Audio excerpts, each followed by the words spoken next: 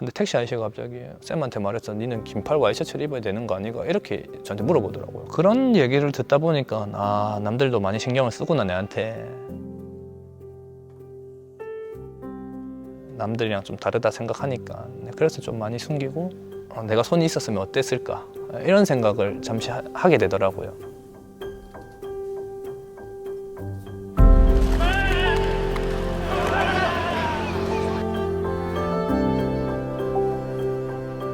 어릴 때 옷도 스스로, 양말도 스스로 더 강하게 키운 것 같아요, 정훈이를. 마음 약하지 않게.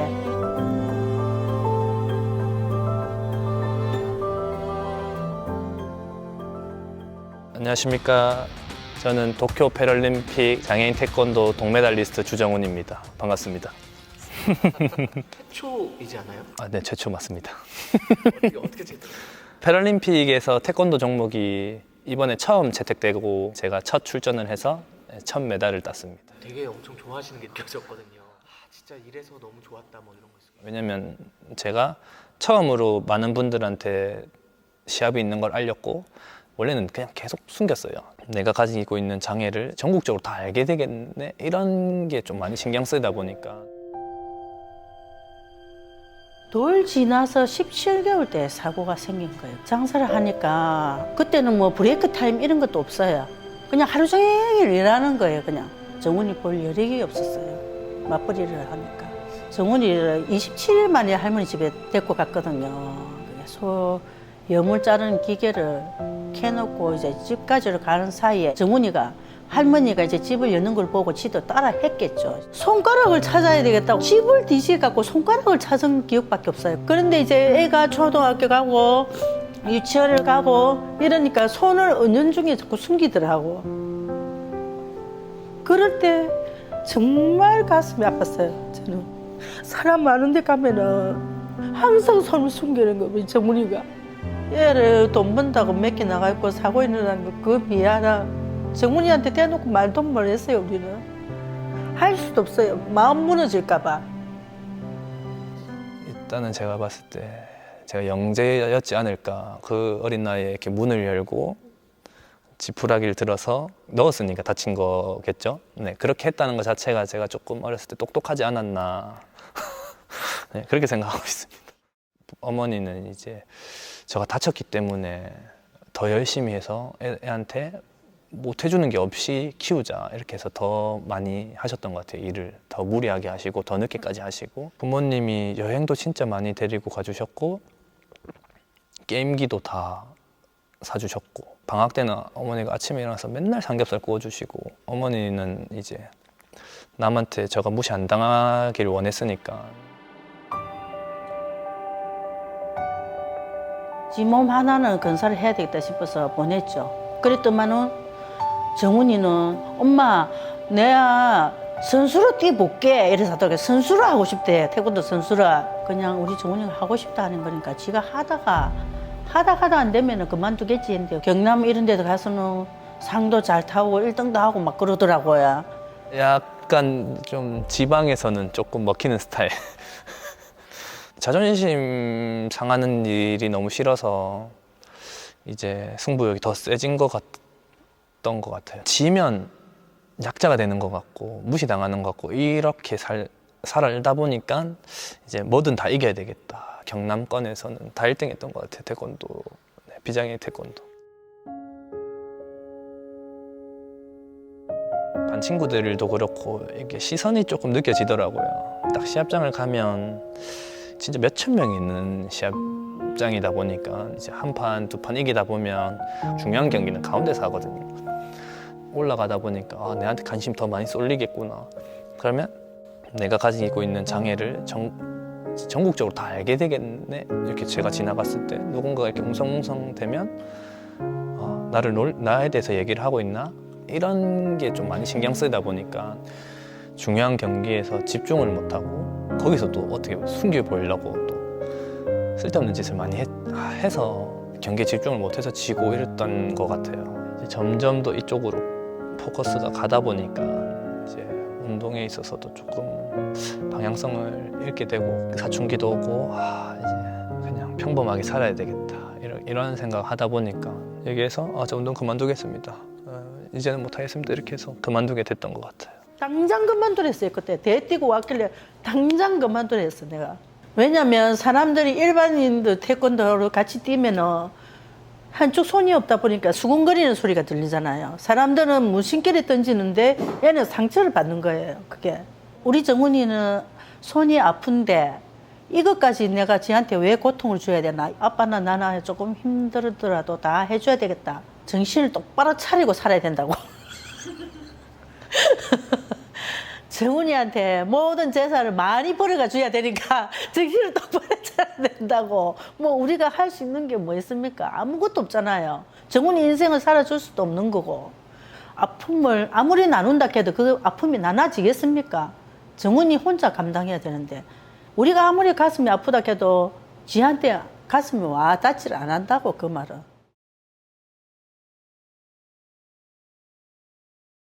이제 고등학교 2학년 때 그만두고 나서 일반 학생들처럼 이제 인문계 고등학교를 다녔고 20살 때부터는 이제 부모님이 식당을 하시니까 학교 다니면서 부모님 가게 도와드리고 알바비 받고 그렇게 생활하다가 7년 정도 지나고 다시 시작했던 것 같아요. 왜 그러셨어요? 이제 결정적인 거는 친구랑 얘기하다가 딱 결정을 내린 것 같아요. 그 친구도 좀 많이 힘들게 골프를 치다가 교통사고가 심하게 나가지고 이제 아예 복귀를 못하는 상태로 돼서 이제 자기도 운동으로 다시 복귀하고 싶은데 난 그럴 상황도 안 되고 여건이 안 되는데 니는 그럴 상황도 되고 여건이 되는데 왜 고민을 하냐. 우리가 어릴 때 이룬 꿈을 네가 이뤄줬으면 좋겠다 뭐 이런 식으로 얘기해서 그러면 내가 다시 시작해볼게 해서 진짜 할 수 있겠나 하니까 할 수 있다 하더라고. 해본다 하더라고. 이래 있어봐야 엄마 식당밖에 더 하겠나. 내가 그냥 해볼게 이러더라고. 그래서 하더만은 정말 정훈이가 열심히 하더라고요. 지금. 다시 시작한다고 할 때 걱정 안 되셨어요? 그래도? 안 됐어요. 전혀. 응. 합숙 가도 지 혼자 보따리 싸 그냥 가는 거예요. 지 혼자서. 지 스스로 혼자 다 하는 거지.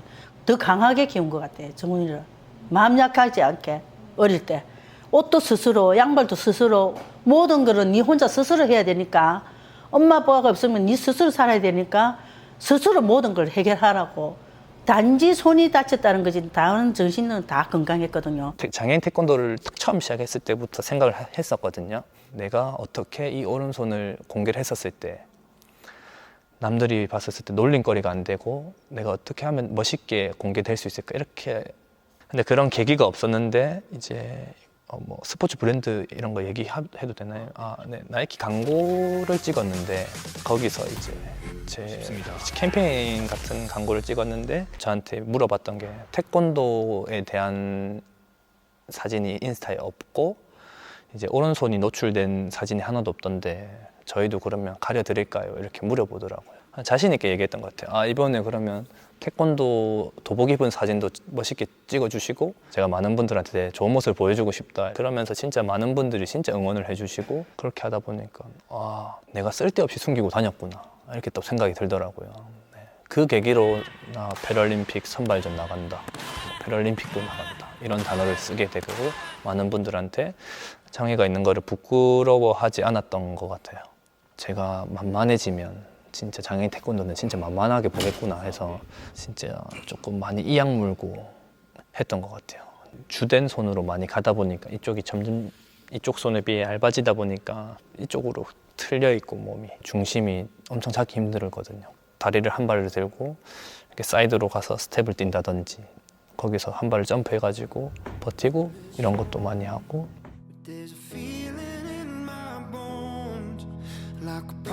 메달 딴 거 보니까 어떤 기분이셨어요? 그날 장사를 하면서 일이 손이 하나도 안 잡혔어요. 가게 봐봐도.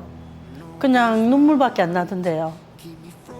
우리 정훈이가 그렇게 대단한 일을 또 해내고 이러니까 가슴도 아프고 기쁜 것보다 너무 가슴이 아프다는 거, 그냥 대단한 일을 해냈다는 거, 그거만. 그 다음 날 정말 좋았어요. 실감이 났어요. 진짜. 자랑스러워서 저 플래카드 나신 거예요? 네. 저거 얘기했는지 어떻게 나셨어요? 저 처음에는 안 달라고 했는데 저희 애기 아빠 친구들이 시골 쪽에다가 막 단대요. 그런데 이거 또 우리 집에 또 안 달면 안 되겠다 싶어갖고 고민을 좀 많이 하는데 애기 아빠도 이제 달아라. 그래도 애들이 자랑스럽다면서 달아갖고 그래야 되냐고. 태극기가 팍 올라가고 약간 웅장해지더라고요, 가슴이. 그 패럴림픽 시상대에서 진짜 뭔가 한국에 조금은 보탬이 되지 않았나 이렇게 하면서, 그래서 기분이 조금 많이 좋았던 것 같아요, 그때 그 감정은. 진짜 태권도 선수들 중에 태권도가 너무 좋아서 하는 선수는 진짜 몇 명 없을 거라고 생각해요. 왜냐면 진짜 이 약물고 하고 진짜 아픈 거 다 참아가면서 해야 성적을 낼 수 있다고 생각하거든요. 진짜 싫고 좋고를 다 떠나서 저한테 버릴 수가 없는 딱 스포츠인 것 같아요. 태권도는 뭐 최선을 다해서 할 수 있는 데까지 해야 제가 앞으로 나아가서 업적을 이룰 수 있는 것 같아요. 앞으로 이제 좀 어떤 계획을 가지고 계세요? 앞으로 어떻게 살아갈 예정이신가요? 앞전 인터뷰에서는 파리 패럴림픽을 이제 얘기를 했었는데, 돌이켜 보니까 지금은 눈앞에 있는 아시안 게임이랑 그다음에 세계 선수권 이거를 바라보고 준비를 잘해서 그 시합에서는 꼭 1등을 하는 게 제 목표입니다.